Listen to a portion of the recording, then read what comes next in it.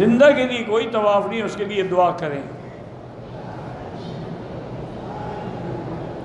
میرا بھائی جو حنفی مسلک میں 3 رکعت وتر ایک سلام سے پڑھتے ہیں جیسے مغرب کی نماز ہے، وہ بھی بالکل ٹھیک ہے اور حدیثوں سے ثابت ہے، بلکہ جتنے بڑے بڑے صحابہ ہیں سب 3 رکعت میں پڑھتے تھے، اور بی بی عائشہ بھی یہی فرماتی ہے کہ حضور پاک جو ہے 8 رکعت تہجد پڑھتے تھے اور 3 رکعت وتر پڑھتے تھے۔ اس میں کوئی جھگڑا نہیں۔ بعض علماء یہ کرتے ہیں کہ 2 رکعت پڑھ کے سلام پھیر کے پھر کھڑے ہو جاتے ہیں، 1 رکعت پڑھتے وہ بھی 3 ہیں، لیکن وہ درمیان میں فصل کرتے ہیں، اور حنفی حضرات وصل کرتے ہیں، فاصلہ نہیں کرتے ہیں، تو اس میں کوئی جھگڑے والی بات نہیں ہے۔ لیکن جمہور کے دلائل یہی ہیں کہ 3 رکعتیں مل کے پڑھے اور آخر میں سلام۔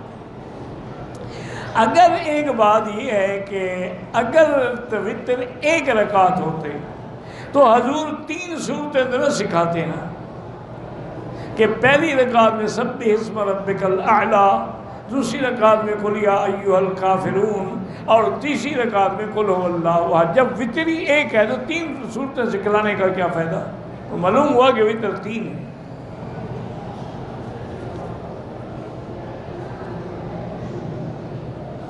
جو لوگ مکے میں آتے ہیں پھر زیارت کے لیے جاتے، کہاں جاتے ہیں؟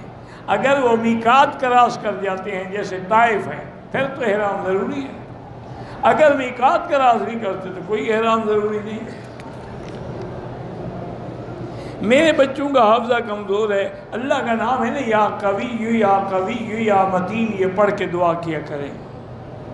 عورتوں کو عمرے میں بھی پردہ کرنا چاہیے، کیونکہ پردے کا حکم جو ہے وہ اللہ کے قرآن میں ہے، عمرہ تو سنت ہے اور پردہ تو قرآن کے حکم کے مطابق فرض ہے کہ اللہ نے۔ اور بی بی عائشہ خود عمرے کی کیفیت بیان کرتی ہیں کہ جب ہمارے سامنے ہم دیکھتے کہ مرد قریب آنے والے ہیں، سدلنا علی وجوہنا، ہم اپنے چہرے کے آگے کپڑا کھینچ لیتے تھے، اور جب مرد دور ہو جاتے تھے پھر ہٹا دیتے تھے۔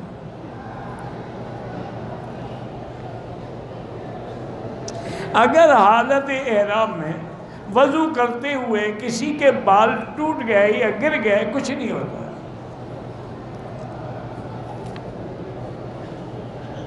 اگر کسی نے صفا مروہ کے 14 چکر لگائے ہیں، 7 ادا ہو گئے، 7 سزا ہو گئے،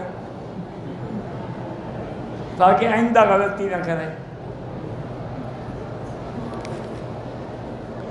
بد نظری کی عادت جو ہے میرا بھائی، اصل بات تو یہ ہے کہ اللہ کا خوف ہو دل میں کہ میں اللہ کے گھر میں ہوں، اور یہاں جو بھی آیا ہے مرد ہے یا عورت ہے وہ اللہ کا مہمان ہے، اور اللہ کے مہمانوں کو اگر ہم چھیڑیں گے تو پھر اللہ کا عذاب آئے گا۔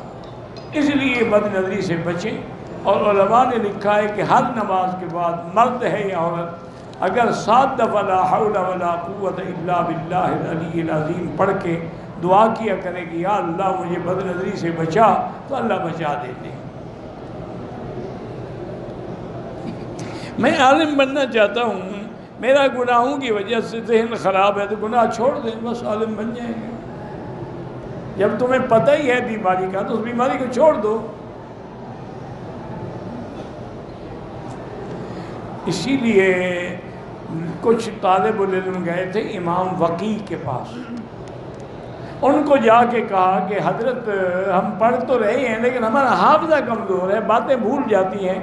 کہتے ہیں شکونا الی وقیع، شکوت الی وقیع سوء حفظی، ہم نے امام وقیع کو اپنے حافظے کی خرابی کی بات کی، فاوصانی الی ترک المعاصی، انہوں نے فرمایا گناہ چھوڑ دو، حافظہ خود بخود ٹھیک ہو جائے۔ یہ گناہ جو ہے نا یہ تباہ کرتا ہے، اس لیے بڑے بڑے علماء ہوتے گئے کہ کم من اہل العلم ضیعوا العلم بین افغاز النساء، کتنے بڑے بڑے علم والے تھے جنہوں نے عورتوں کی ٹانگوں میں اپنا علم ضائع کر دیا۔ تو اس لیے اصل بات یہی ہے، بس اس سے بچو، اس سے بچ گئے تو سب سے بچ گئے۔ اتنی احتیاط ہوتی تھی۔ اب دیکھیں اللہ کے نبی کے پر کسی کو شک ہو سکتا ہے؟ نعوذ باللہ، جس کو شک ہو تو کافر ہو جائے گا۔